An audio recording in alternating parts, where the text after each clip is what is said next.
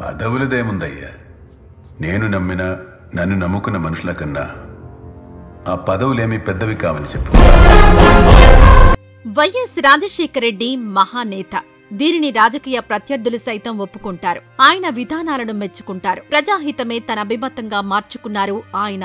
రాజకీయ ఎంట్రీ సమయంలో రాజకీయాలు చేసి ఉండొచ్చేమో కాని వాటి పర్యవసనాలు, అందులో ఉన్న వైఫల్యాలు అధిగమించి ముఖ్యమంత్రి పీఠం అందుకున్నారు. తన స్వరూపాన్ని మార్చుకున్నారు. అందరి మనసులు గెలవగలిగారు. పుష్కర కాలం దాటుతున్న ఉమ్మడి తెలుగు రాష్ట్రంలో తనకంటూ ఒక ముద్ర వేసుకున్నారు. ప్రజలకు ఆయన దేవుడిగా మిగలగా దగ్గర నుంచి చూసేవారు మాత్రం ఆయన నాయకత్వ పటిమను కొనియాడుతూనే ఉంటారు. వైఎస్ రాజశేఖర రెడ్డికి ఒక అలవాటుండేది. ముఖ్యమంత్రిగా అధికార కార్యక్రమాలకు హాజరవుతున్నప్పటికీ జన సందోహం కనిపిస్తే అక్కడ నిలిచిపోయేవారు. అక్కడ ప్రజల్ని పలకరించి సాధక బాధకాలు తెలుసుకునే ప్రయత్నం చేసేవారు. సుదీర్ఘ రాజకీయ ప్రస్థానంలో తెలిసిన వారు కనిపిస్తే ఆప్యాయంగా పలకరించేవారు. మంచి చెడ్డ తెలుసుకునేవారు. అందుకే తెలుగునాట నలు చెరగులా వైఎస్ఆర్ ఒక ఆత్మ బంధువుగా కనిపిస్తారు. అదే ఆ మహనీయుని గొప్పతనం. ఆయన వ్యక్తిత్వం ఎలా ఉంటుందో చెప్పడానికి మీకో సంఘటన చెప్తాను. ఎప్పటిలాగే 9 కల్లా సీఎం ఆఫీస్ దగ్గరికి హుటాహుటిన వచ్చేశారు వైఎస్ఆర్. నేరుగా ఆయన రూమ్ లోకి వెళ్లిపోయారు. అప్పటికే అక్కడ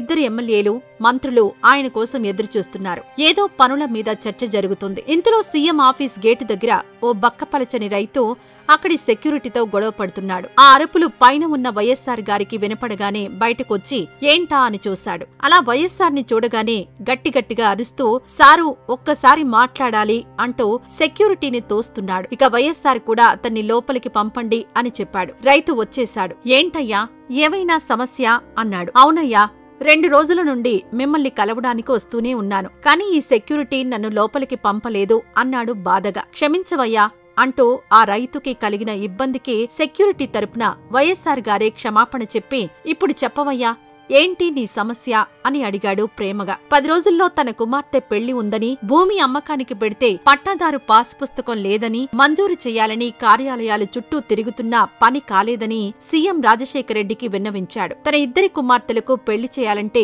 2 లక్షల రూపాయల అవసరమని, పెళ్లి చూస్తే దగ్గర పడుతోందని తన గోడును వెళ్లబోసుకున్నాడు. దీనిపై స్పందించిన రాజశేఖర రెడ్డి అప్పటికప్పుడు నేరుగా ఆర్డీఓ కార్యాలయానికి ఫోన్ చేసి మండలం పేరు ఆ రైతుని అడిగి ఆ మండల తహసీల్దార్ కు ఫోన్ కాన్ఫరెన్స్ లో కలపాల్సిందిగా అడిగాడు. తనే నేరుగా మాట్లాడి ఆ పాస్ బుక్ సాయంత్రానికల్లా ఆ రైతు ఇంట్లో ఉండాలి అని ఆర్డర్ వేశాడు. కేవీపీని పిలిచి ఆ రైతుకు 2 లక్షలు ఇమ్మన్నాడు. 2 బిడ్డలకు తలా 1 లక్ష ఖర్చు చేసి పెళ్లి చేయాలని, ఆ అరెకరం పొలం కొడుకు కోసం అలాగే ఉంచుకోవాలని రైతుకు చెప్పడంతో రైతు ఆయన కాళ్ల మీద పడిపోయాడు. అంతటితో ఆగకుండా ఆ రైతును మీ ఎమ్మెల్యే ఎవరో తెలుసా అని అడిగాడు వైఎస్. లేదన్నాడు రైతు. పోనీ మీ జిల్లా మంత్రి తెలుసా అని అడిగాడు.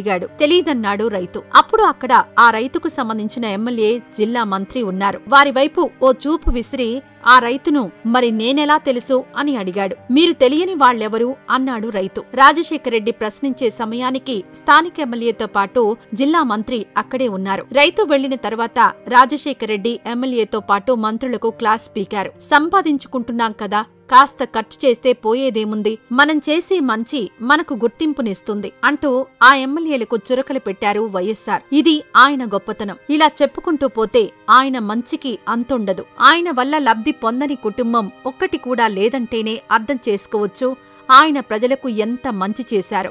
మరి అలాంటి గొప్ప లీడర్ మళ్లీ పుట్టాలని కోరుకుందాం. మరి వైఎస్ఆర్ గురించి మీకేం తెలుసో ఓ కామెంట్ చేయండి. వీడియో గనుక మీకు నచ్చినట్లయితే ఓ లైక్ చేసి మన ఛానల్ను సబ్స్క్రైబ్ చేసుకోండి.